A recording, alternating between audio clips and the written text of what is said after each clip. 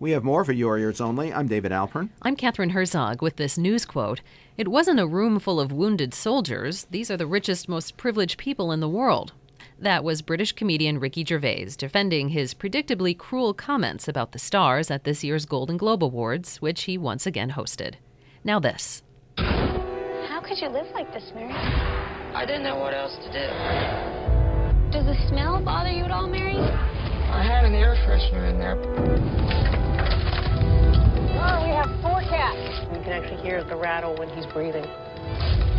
It is the most unsafe home I've ever been in. There are some pretty downright dirty reality TV shows out there these days, but cable TV's hoarders may in fact be the dirtiest of them all. Take cat lover Mary and her home-turned-litter box, or Annie, who actually cleans homes for a living, but finds her own home buried underneath an ever-increasing amount of belongings with which she is incapable of parting, and her own life in crisis. Whether you can barely see the floor underneath all your clutter, or you just find it hard to get that to-file pile actually filed, organizational expert Jennifer Ford Berry offers some helpful and simple advice on how to keep your home and your life a bit more simplified in the new year ahead. Her books include Organize Now, Your Money, Business, and Career, Organize Now, 12-Month Home and Activity Planner, and Organize Now, a week-by-week guide, all from Better Way Home Publishers. And she joins us now for Your Ears Only. Welcome to our fairly well-organized show. Thanks for having me.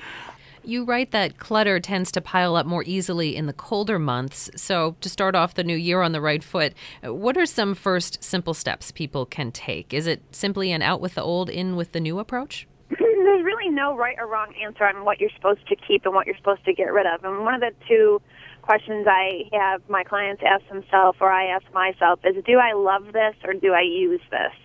And if it's yes to both of them, then chances are you should keep it. But you really want to start with the areas that are most frustrating to you and get those organized first. And then you'll have the energy and the momentum to move on to another area. Organizing or decluttering can feel so overwhelming if you've really let things go. But you say the best approach is still to take small bites. Definitely, because what happens is if maybe you're listening to this and now you say, well, I'm going to get my house organized this weekend. It's really impossible to organize everything in a couple of days. So what you want to do is, for example, if the kitchen is the area that's bothering you the most right now, start with 2 cupboards or 2 drawers.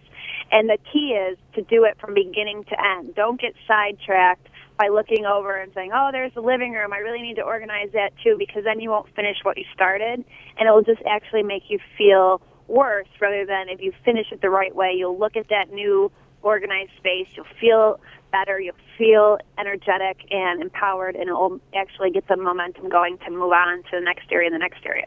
Explain your L.I.V.E, your L.I.V.E mantra for us.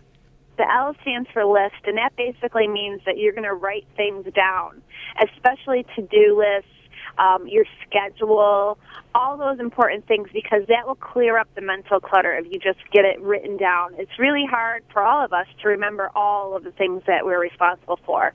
So list it.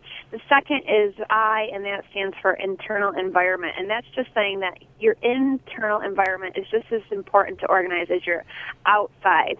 And that's your mental clutter, your baggage from past relationships, your any insecurities, just that voice in your head that says maybe I'm not good at organizing or meeting my goals, and that type of clutter that you're constantly carrying with you. The V is for vision, and that's just basically to say, what do I want my life to look like? If it could be anything, what would it look like? And really spell it out for yourself, because that's going to give you a goal.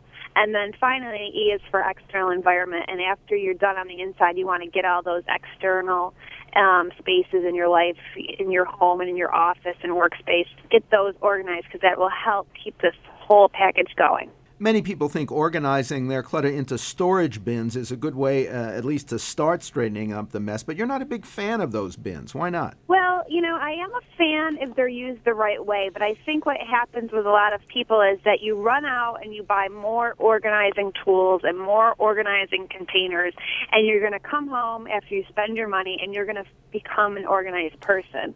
Really, you have to still make those hard decisions. Do I love this? Do I use this? Before you put put it into a storage bin. And really, when you put things into a storage bin, a lot of times they're put away and you're not using them or looking at them. So be very careful about that. Just because you put stuff into an organizing container doesn't mean you're necessarily organized. Sometimes it's just a quick fix rather than really digging in and deciding what can stay and what can go.